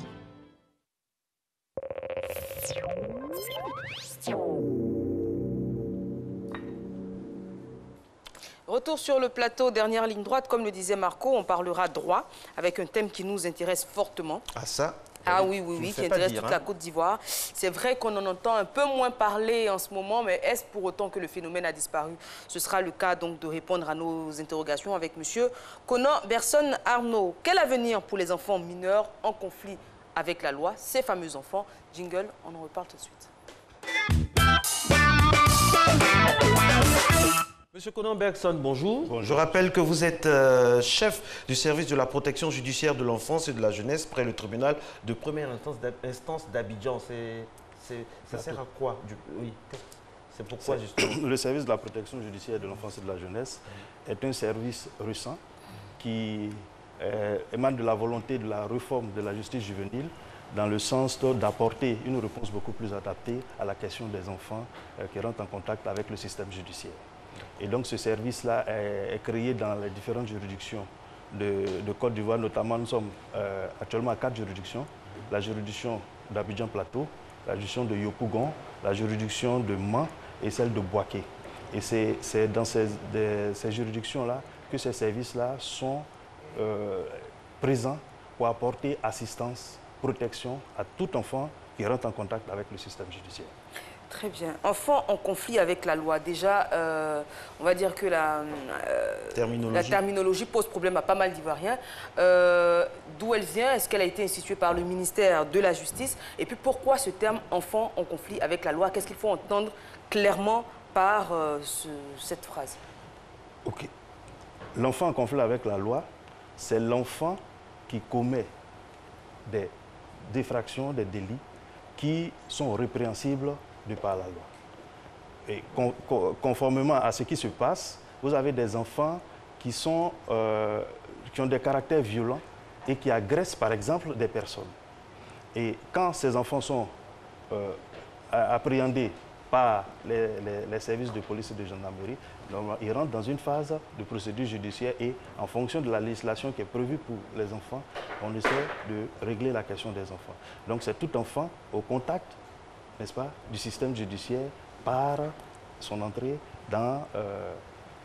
c'est un terme juridique donc? Juridique. Oui, les enfants en conflit avec la loi. Par exemple, au niveau justement des structures récentes des services de la protection judiciaire, il y a une typologie d'enfants qui a été bien classifiée. Okay. Nous avons des enfants infracteurs ou enfants en conflit avec la loi, c'est ceux-là justement dont je parlais.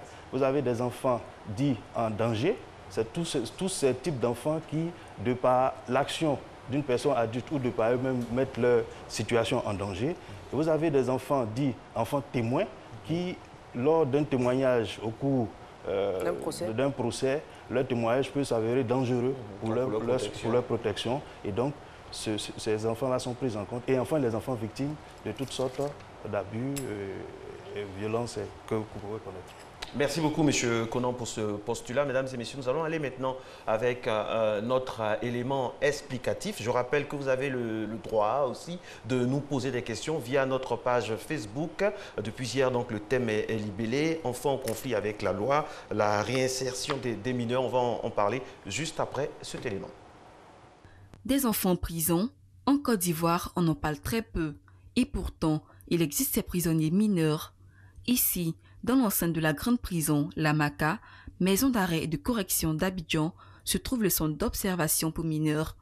J'ai volé l'argent d'un monsieur. On m'a attrapé dans 9 mois. Mais ça fait depuis 5 mois maintenant ici. Élève en seconde A1. Je me rendais à l'école. Le taximètre, je lui ai remis une pierre de 200. Le chauffeur de taxi me remet une pierre de 50 comme monnaie. C'est pas normal. Il me dit non, c'est pas moi qui dois juger le prix. Et le chauffeur et ses collègues me tapent de partout. Je me rends à la maison et je vois l'un des apprentis. Je suis allé vers lui et je l'ai poussé le dos. Il a perdu la vue. Il y a 12 ans, il a volé l'argent dans une maison. Il s'est allé derrière mes amis, on a bouffé. Au centre d'observation pour mineurs, 78 enfants, soit 76 garçons et 2 fillettes, des enfants qui ont une histoire de vie, un parcours dont une étape les a conduits en prison pour vol, coups et blessures volontaires, meurtre, consommation ou vente de drogue, et pour faciliter leur retour dans la société, cours d'alphabétisation et initiation au monde du travail. J'ai appris la menuiserie. Ici, il y a salle de couture, il y a dessin. Je sors aujourd'hui, je suis libéré parce que j'ai appris un métier ici. Je suis ici, j'apprends la menuiserie, ça me plaît. Donc dehors, je vais continuer la menuiserie. On nous apprend le dessin, plusieurs dessins. Donc quand il est sorti, c'est ça qu'il va apprendre. Ici, la vie n'est pas facile, donc si je sors, il ne peut plus revenir ici encore. J'apprends comme métier, le jardinage est un métier passionnant. J'aime ce métier, il apprend à être cultivateur et performant et être plus courageux. Des jeunes, des mineurs, qu'on prépare à leur insertion dans la société, mais il reste encore certains qui se plaisent dans la délinquance. À la menuiserie, c'est trop dur pour moi. Je suis sorti encore, je me suis retrouvé dans la rue. Dans la rue, il y avait faim, ça m'a conduit ici pour aller voler. C'est dans ça qu'ils m'ont amené ici encore. Le centre a une capacité de 60 pensionnaires, mais le nombre d'enfants passe souvent jusqu'à 100. Le ministère de la Justice et des Droits de l'Homme fait des efforts pour la réinsertion sociale des mineurs prisonniers, mais la tâche n'est pas facile. Quand l'enfant arrive au centre, il est reçu par nos éducateurs. On l'interroge pour voir quelle activité il veut exercer au centre. Le problème fondamental, c'est que quand ils sortent d'ici, la réinsertion au niveau de différents centres, c'est difficile. Ils vont avec les parents. Les parents ne savent pas où les mettre pour continuer la formation qu'ils ont eue au centre.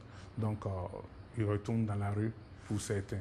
Difficile socialisation et un avenir incertain pour de nombreux mineurs qui quittent le centre d'observation pour mineurs. Certains retrouvent encore l'univers de la rue, d'autres retournent en prison et devenus adultes, ils vont grossir le rang des caïds en prison. Voilà, les choses sont dites. On comprend là qu'il y a beaucoup de raisons qui poussent ces enfants-là à se retrouver derrière les barreaux. C'est vrai que dans l'imaginaire populaire, quand on parle d'enfants en conflit avec la loi, on pense tout de suite, pardonnez-moi l'expression, à ces fameux enfants qu'on appelle des enfants microbes. Et effectivement, il faut qu'on en parle parce que c'est un véritable problème. Le gouvernement a pris à bras le corps le problème. Il y a eu des opérations menées par la police pour essayer d'endiguer le phénomène. Où on en est aujourd'hui? Je sais que bon, ça c'est carrément différent. Hein. Vous, c'est la justice et l'autre, c'est la police. Mais vous travaillez de façon jointe pour... voilà. Donc, est-ce que vous en savez un peu plus où on en est aujourd'hui? Est-ce que ces enfants-là font partie du programme dont vous parlez? Bon, excusez-moi, je pense que l'État de Côte d'Ivoire a développé un projet de prise en charge de ces enfants par l'intermédiaire d'un centre de réinsertion qui a été créé normalement à Mbayakro pour s'occuper particulièrement de ces enfants. En ce qui concerne le ministère de la Justice, par l'intermédiaire des services de protection de l'enfant, il s'agit pour nous de recenser en fonction des enfants qui rentrent dans notre système, quels sont ces enfants-là que nous pouvons adresser à ces centres-là pour une prise en charge. Voilà un peu comment est-ce que nous travaillons avec, en collaboration justement avec les structures de réforme de la personnalité de ces enfants qui sont en conflit avec la loi dit microbe dont vous parlez tout à l'heure. Je voulais tout de suite lever une équivoque parce que souvent on dit les enfants sont en prison. D'accord. Je pense qu'il est bon de dire plutôt que les enfants sont placés dans des centres de réinsertion ou d'observation pour ce qui concerne l'élément qui est passé tout à l'heure. Ce bâtiment qu'on a vu, bâtiment des mineurs, il a oui, l'intérieur de la BACA? Je viens. Je pense que c'est lié à l'histoire des prisons. Oui, en bon français, on appelle ça une prison. Oui, si nous restons dans le cadre de beau français peut-être, mais sinon, pour ce qui concerne ces enfants, ce sont des enfants qui doivent se retrouver dans un centre pour une observation approfondie, pour déterminer, n'est-ce pas, les difficultés qui les ont conduits, leur personnalité, et adresser aux magistrats des propositions en vue de trouver des solutions à leurs problèmes. Donc, c'est d'abord un centre qui prend en charge, ces enfants-là avec des mesures de resocialisation, des mesures éducatives. D'ailleurs, dans l'élément, vous avez vu un certain nombre de choses qui sont déployées. Certains Ivoiriens, nous on voudrait de ne pas poser la question, disent qu'il a fallu le phénomène des microbes pour qu'au niveau de tout ce qui est service de réinsertion des jeunes, on puisse se réveiller et trouver des solutions. Alors qu'avant, déjà, on pouvait circonscrire tous ces problèmes-là. Comment ça se passait avant l'avènement des microbes? Comment ça se passait concrètement? On a l'impression que vous êtes sous les feux de la rampe maintenant, à cause malheureusement de ce phénomène-là qui prend de l'ampleur. On n'arrive pas à le circonscrire concrètement. Oui, je crois que le phénomène, c'est vrai, prend de l'ampleur, mais la prise en charge des enfants, surtout au niveau du ministère de la Justice, existe depuis le centre d'observation des mineurs que vous voyez est créé depuis 1980, n'est-ce pas? Et ce centre-là est là justement pour accompagner ces enfants qui sont en conflit avec la loi. Pour ce qui concerne cette situation, vous voyez l'évolution de la société fait qu'il y a beaucoup d'enfants qui sont rejetés, non seulement par le système scolaire, beaucoup d'enfants qui sont rejetés par la famille, et ça fait que les systèmes d'accueil, sinon les structures d'accueil, les structures de prise en charge de ces enfants n'étant pas assez je ne vais pas dire représentatif, donc il y a un problème de proportionnalité en termes de prise en charge. Donc, en fonction des possibilités qu'a chaque structure, notamment le ministère de la Justice, elle essaie de mettre en place ce qu'elle peut pour accompagner ses enfants. Ce qui peut-être manque, c'est peut-être que c'est maintenant qu'on accorde une synergie d'action pour traiter ce phénomène. Parce que ce phénomène existait peut-être... 1980, non, 37 ans... Je parle des enfants microbes dont vous avez parlé tout à l'heure, précisément de ce cas, parce que vous avez demandé pourquoi on a attendu pendant longtemps. Je dis, avant ce phénomène, des actions étaient toujours portées en faveur des enfants en conflit avec la loi. Mais ce phénomène a pris de l'ampleur. Peut-être qu'on va dire qu'on est dépassé par le phénomène, mais je pense que la synergie d'action autour de ce phénomène aujourd'hui va apporter des solutions dans l'éradication de ce phénomène. Alors aujourd'hui, en Côte d'Ivoire, la majorité pénale, elle est à quel âge? À 18 ans. À partir de quel âge? Donc à partir de 18 ans, on peut être condamné pour un délit. Un enfant âgé, donc de moins de 18 ans, qui commet un délit ou un meurtre ou une infraction quelconque, quelle est pratiquement la sanction qu'il va recevoir? Comment on pénalise cet enfant-là? Comment on le sanctionne? Alors, il y a la situation des enfants qui sont âgés de moins de 10 ans. D'accord. Ces enfants bénéficient d'un non-lieu, c'est-à-dire qu'ils ne sont pas susceptibles de poursuite. Des enfants de moins de 10 ans. Selon la loi. Et il y a les enfants de plus de 10 ans jusqu'à 13 ans qui vont bénéficier de mesures éducatives, n'est-ce pas? Et à partir de 13 ans jusqu'à 16 ans et plus, 16 ans, ces enfants sont susceptibles d'être de condamnation. D'accord. Alors, M. Conan, les enfants qu'on a vus dans le reportage tout à l'heure, il y en a, vous dites qu'ils ne sont pas en prison. C'est ce que vous avez dit. Non, je finis ma question. Ils ne sont pas en prison, mais quand il y en a qui ressortent, il y en a un qui a eu l'honnêteté d'avouer que la menuiserie, c'est trop dur pour lui, il est revenu. Alors, ils sortent, ils reviennent. Ils sortent, ils reviennent, on les rattrape. Alors, finalement, c'est quoi votre insertion? C'est quoi votre programme d'insertion? Est-ce qu'il y a un suivi? Ça sert à quoi? Comment vous les accompagnez, franchement? D'accord, merci. Pour l'accompagnement des enfants, il faut préciser que nous, notre action, il s'agit le temps, puisque la mesure de prise en charge des mineurs en conflit avec la loi dure selon un temps en fonction de l'ordonnance prise par le juge. Alors, donc, après, il nous appartient, en collaboration avec d'autres relais, soit communautaires ou alors des structures de prise en charge des enfants au niveau des plateformes de services de protection, ces structures-là continuent la prise en charge. Et donc, le problème véritable que nous avons, c'est beaucoup plus avec la réintégration de ces enfants-là en famille. Parce que justement, quand la réintégration n'est pas réussie, il est plus difficile d'avoir la stabilité d'un tel enfant. Vous accusez les parents? Je n'accuse pas les parents, mais je dis que les parents ont une part de responsabilité dans le suivi de ces enfants-là. Est-ce que, justement, pour toujours ces mesures-là d'accompagnement pour la réinsertion, est-ce qu'il y a une sensibilisation qui est faite auprès des parents? Parce que, bien évidemment, bien souvent, ces enfants ont perdu leurs deux parents, ils sont recueillis par un oncle ou une tante, et on a un enfant de 13 ans qu'on accuse dans le quartier d'être entre griffes microbes, on l'accuse d'agresser les gens avec des armes blanches, etc. La famille ne veut pas garder un tel élément, surtout qu'il y a d'autres enfants en bas âge et qui ne veulent pas qu'ils subissent cette mauvaise expérience. Donc, est-ce qu'au niveau de votre action, il y a une sensibilisation auprès des parents et des familles?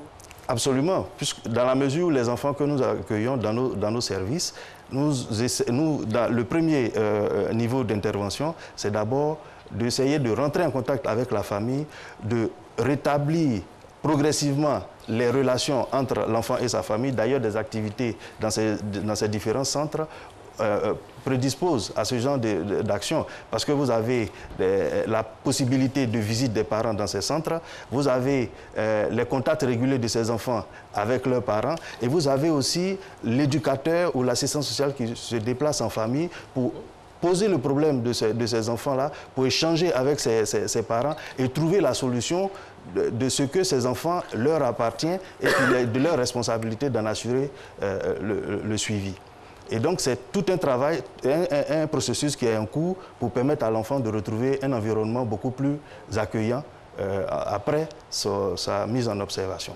En définitive, M. Konan, comment se fait la réinsertion des mineurs en Côte d'Ivoire? On va laisser un enfant simplement, qu'il soit microbe ou virus, bon, je ne sais pas, mais je veux dire, comment se fait la réinsertion de nos enfants en Côte d'Ivoire? Parce que depuis 1980, vous existez, vous avez certainement des chiffres, des statistiques. Est-ce qu'il y a un volet sociologique, un volet psychologique, un volet purement judiciaire, tout ça? Expliquez-nous un peu la politique globale de la réinsertion des mineurs dans notre pays via le ministère de la Justice et des Droits de l'Homme. Okay. Alors, la politique de réinsertion au niveau du ministère de la Justice, je pense que d'abord, il faut le situer par rapport à l'intervention des acteurs spécifiques en ce qui concerne un service d'éducateurs, c'est-à-dire des travailleurs sociaux qui sont placés dans ces services-là pour la prise en charge de ces enfants. Ça, c'est un peu parce qu'on a des professionnels de l'éducation de l'enfant qui sont dans ces services. Il y a des politiques qui ont été mises en place pour créer des structures, n'est-ce pas, de prise en charge de ces mineurs-là. Notamment, je viens de citer le service de la protection judiciaire de l'enfance et de la jeunesse. Et en plus de ces politiques, il y a la construction, n'est-ce pas, des projets de construction de structures d'accueil, n'est-ce pas, qui va faciliter, n'est-ce pas, la prise en charge de ces enfants-là en termes d'activités d'insertion professionnelle, d'activités d'initiation professionnelle. Et vous voyez déjà, au niveau du centre d'observation des mineurs, vous avez des activités comme l'agropastorale, vous avez la couture, la menuiserie, le jardinage. Ce sont des activités d'occupation qui, après la formation de ces enfants, l'initiation de ces enfants à un métier, pourraient augurer, n'est-ce pas, des possibilités de réinsertion.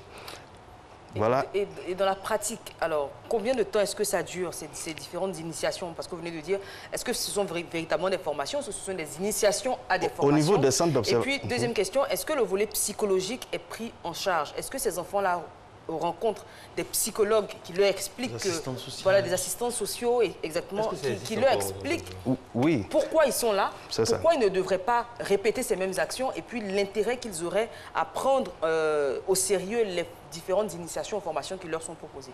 Oui, c'est clair. Je vous ai dit, c'est un travail d'acteurs pluridisciplinaires. Vous avez des assistants sociaux, vous avez des éducateurs spécialisés surveillés, vous avez des maîtres d'éducation surveillés.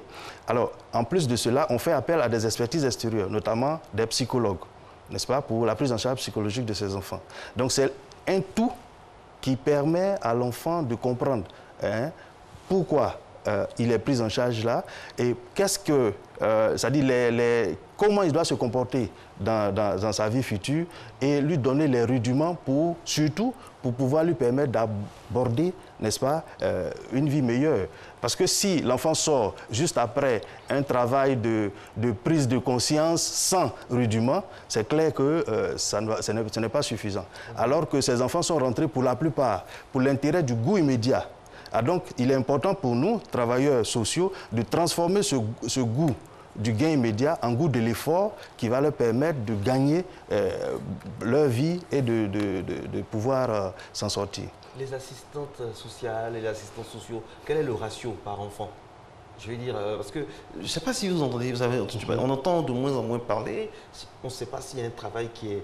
Bon, voilà, quel enfant, quel assistant social ou bien assistante sociale qui va dans un foyer pour prendre un peu des renseignements par rapport aux parents? Est-ce qu'il y a un travail qui est fait en amont, par exemple? Est-ce que lorsque l'enfant sort de la prison, il y a des gens assermentés qui ont le devoir d'aller le voir souvent, prendre de ses nouvelles, les guider un peu? Est-ce que tout ça, ça existe concrètement? Sinon, deuxième volet de question, quels sont les moyens dont vous avez vraiment besoin pour que la prise en compte pour la réinsertion des mineurs soit une effectivité avec E majuscule?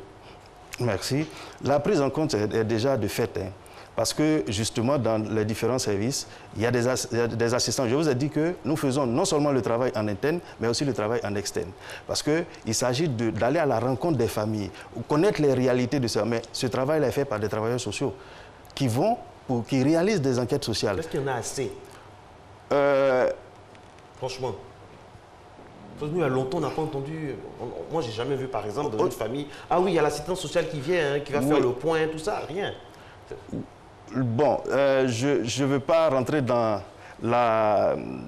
cette perspective de dire il y en a assez ou pas, mais je dirais beaucoup plus que comme nous faisons un travail véritablement d'équipe, n'est-ce pas, nous faisons l'effort de pouvoir apporter réponse en fonction de la situation de l'enfant avec les compétences que nous avons. Donc, c'est bon de travailler avec ce que nous avons. C'est vrai que si les assistants sociaux ne sont pas assez, mais ça ne veut pas dire que ce travail de prise en charge, d'enquête, d'exploration de l'environnement de l'enfant ne peut être fait par un autre travailleur social. Voici l'avantage. Mais c'est vrai que l'expertise de l'assistance sociale est un plus, mais ce n'est pas... je veux dire, la condition sine qua non pour apporter véritablement réponse aux préoccupations de l'enfant. Votre, je ne vais pas dire département, hein, votre service, vous l'avez dit, est assez récent. Oui. Est-ce qu'il est trop tôt pour parler déjà de taux de réussite ou de taux d'échec? Est-ce que vous avez déjà des proportions, les enfants qui rentrent dans ces différents programmes-là, combien s'en sortent véritablement, combien sortent de la délinquance et puis combien ils retombent? D'accord, merci. Au niveau de nos services, nous faisons ce qu'on appelle, nous suivons le régime de la liberté surveillée, par exemple. Ah. Et ce régime, par exemple, permet à l'éducateur, n'est-ce pas, au délégué, celui qui a été responsabilisé, de suivre l'enfant dans son milieu de vie, dans son milieu d'apprentissage. Selon l'année judiciaire passée, sur 17 enfants, au niveau de nos juridictions qui ont été placées sous le régime de la liberté surveillée, par exemple, nous avons 15 enfants qui sont aujourd'hui en activité, c'est-à-dire qui arrivent à intégrer tout ce qu'on a apporté comme accompagnement et qui sont dans une dynamique d'évolution sociale. 15 sur 17. Voilà. Les deux autres dont on parle, il est problème d'intégration familiale. C'est ça qui est la difficulté. Parce que quand, au niveau de la famille, il y a un dysfonctionnement, quelle que soit l'activité que nous avons fait pour rétablir les liens familiaux, et que la mayonnaise ne prend pas, excusez-moi du terme, il est difficile pour l'enfant de se stabiliser et par la suite, cet enfant est encore à risque de retomber dans la délinquance. On va revenir sur ce que vous leur apprenez pendant qu'ils sont en insertion. Est-ce que tous les enfants veulent devenir menuisiers? Est-ce qu'il n'y a pas d'autres métiers? Nous sommes en 2017. Ça a été créé en 1980, ça fait 37 ans. La société évolue. C'est pour ça que je parlais aussi de sociologie. Est-ce que l'enfant, franchement, quand il vient, il a envie d'être menuisier? Il n'y a pas d'autres métiers qu'on peut intégrer, rendre ça un peu plus sexy pour les enfants? On va dire ça comme ça. Bon, je pense qu'il y a, on évolue, hein, on évolue parce que c'est vrai qu'il y a la couture, mais aujourd'hui, il y a le dessin qui a été mis en évidence. C'est vrai que les enfants n'ont pas forcément beaucoup de compétences. Voilà, il y a le dessin, il y a la sérigraphie qui est en projet. Ce sont mais aussi, il faut comprendre que, comme je vous l'ai dit, ce sont des enfants qui, en général, ont un goût pour le gain immédiat. Donc, le temps d'observation aussi, il est très bref. Donc, je pense que de façon intelligente, il suffit de trouver un accord avec... Parce que tous ces enfants vont dans ces formations de par leur volonté. C'est le principe. On n'impose pas les initiations aux enfants. Ils vont de par leur volonté. Et à partir de cette volonté, on essaie d'apporter, je veux dire, d'influencer positivement leur comportement dans le sens de l'amour de ce qu'ils sont en train d'entreprendre et des perspectives à venir, puisque quelquefois nous faisons appel à des professionnels de dehors pour qu'ils puissent montrer un peu ce qu'ils ont pu faire à travers, pour servir d'exemple et les motiver encore davantage. Très bien. Alors, au terme de notre entretien, quel avenir pour les enfants mineurs en conflit avec la loi? Qu'est-ce que vous diriez? Est-ce qu'ils sont aiguillés de façon à avoir un avenir plutôt radieux, plutôt correct? Est-ce que vous êtes optimiste? Oui, je suis optimiste. Je le dis tout de suite, je suis optimiste dans la mesure où, de plus en plus, ces enfants sentent, n'est-ce pas, que tout ce qu'on fait, c'est dans leur intérêt. Ils sentent aussi que la nouvelle approche qui est de mise aujourd'hui au niveau du ministère de la Justice, c'est pour, n'est-ce pas, leur donner beaucoup plus de chances d'intégration sur eux. Et ils savent aussi qu'ils ont un porte-parole, n'est-ce pas, quelqu'un auprès de qui ils peuvent expliquer leurs difficultés, mais surtout projeter l'avenir avec eux. Ce sont toutes ces personnes qui les entourent, ils les considèrent comme des autorités morales qui leur permettent d'avancer dans une nouvelle dynamique de resocialisation. Et je pense que l'idée de savoir que je ne suis pas seul, il y a quelqu'un à côté, je pense que c'est un atout majeur pour penser que ces enfants-là vont évoluer dans le sens positif. Il faut penser aussi aux élèves, hein, parce qu'il y en a qui viennent... Bien sûr, il y a aussi les élèves. Puisque les élèves, au niveau des élèves, il y a le renforcement, le niveau d'études. En fonction du niveau d'études, il y a des éducateurs qui sont là, qui les accompagnent. La preuve, il y a certains enfants qui sortent et qui vont faire les examens de fin d'année et qui réussissent aux examens parce qu'ils ont été accompagnés. Monsieur Conan, on ne va pas faire la fine bouche. Vous avez besoin de moyens. Il y a des partenaires qui peuvent vous aider à rendre votre mission qui est tellement noble, encore plus efficiente qu'elle ne l'est depuis 1980, ça fait 37 ans. Est-ce qu'on peut se faire un bilan de la prise en charge de l'enfance des mineurs dans notre pays, 37 ans après? Au niveau de la prise en charge des mineurs, si je prends par exemple le centre d'observation des mineurs aujourd'hui qui accueille par exemple ces enfants, on pourra dire simplement que si nous faisons des statistiques sur un certain nombre d'années, le taux de récidive a quand même baissé. Aujourd'hui, nous sommes autour de 3% de récidive. Donc, c'est pour dire que tout ce qui est apporté à ces enfants commence à avoir des incidences positives sur le comportement de ces enfants.